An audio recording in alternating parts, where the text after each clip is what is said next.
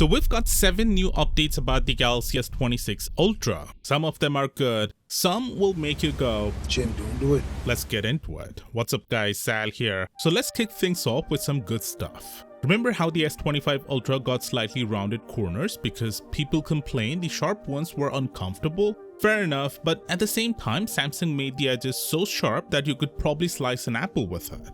Thankfully, with the S26 Ultra, Samsung wants to fix that mistake. The edges are softer now, as you can see in this CAD renders, which should make it more comfortable to hold. The corners are also a bit rounder again. Not everyone's a fan of this design, myself included, but comfort-wise, it's definitely an improvement over last year.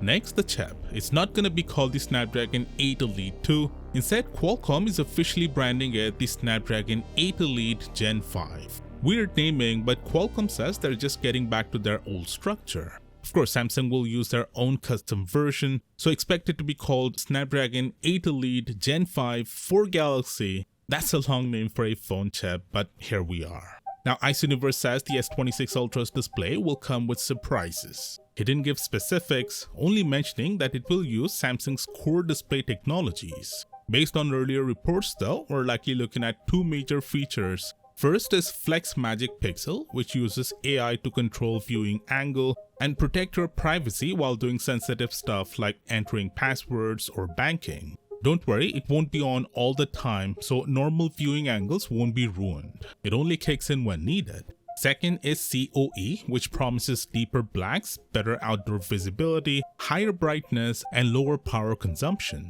Are these the surprises he meant, or is there more? We'll have to wait and see. Another confirmed change is the Qi 2 support across the S26 lineup.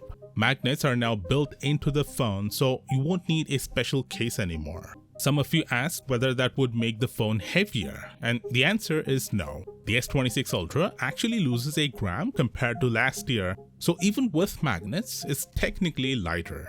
That makes it one of the lightest Ultra flagship phones around. Just for comparison, the iPhone 17 Pro Max comes in at 231 grams. Samsung's also trimmed down the thickness to 7.9mm, which is almost a full millimeter thinner than Apple's latest iPhone. But not everything is shrinking. The camera bump is almost doubling in size, 4.5mm thick compared to 2.4 on the S25 Ultra. That's noticeable. To soften the look, Samsung is adopting a camera island, basically an illusion to make it feel less chunky. The reason it's getting thicker is that the main and 5x telephoto cameras are moving to larger apertures, which physically require more depth. Bigger apertures lets in more light, which means better photos in both daylight and low light conditions, so that's a trade-off most people will gladly accept. Now those are the good updates, but what about the bad? Well, let's start with the cameras. For months, we heard the 3x telephoto lens would finally get an upgrade from 10 megapixels to 12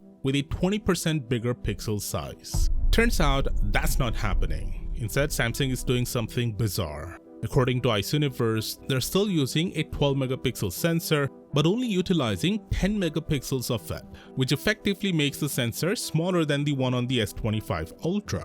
About 11% smaller to be exact. That's not a minor drop, it's a downgrade. And before you dismiss it as bad info, remember Samsung has pulled similar moves before. Between the S21 Ultra and the S22 Ultra, they downgraded the sensor too.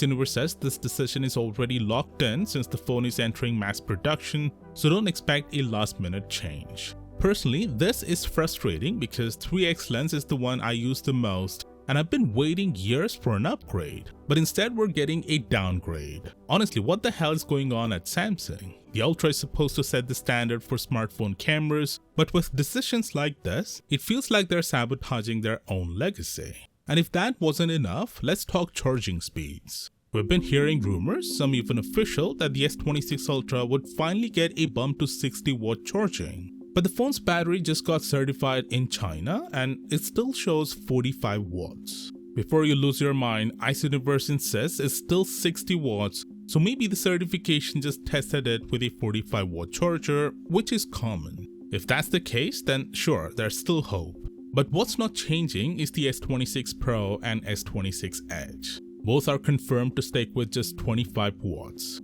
That's pretty bad when you consider even the base iPhone 17 does 40 watts, And Samsung's own mid-range phone, the A56 and even the S25 FE support 45 watts. So why on earth are their premium models stuck at 25 watts? At this point, it feels like Samsung is just testing how much they can get away with because they know people will still buy their phones. But if they keep nerfing features and cutting corners like this, even die-hard Samsung fans are gonna start wondering if it's worth sticking around. Anyway, here's my take on the iPhone 17 Pro Max versus the S25 Ultra. Click right here and I'll see you there.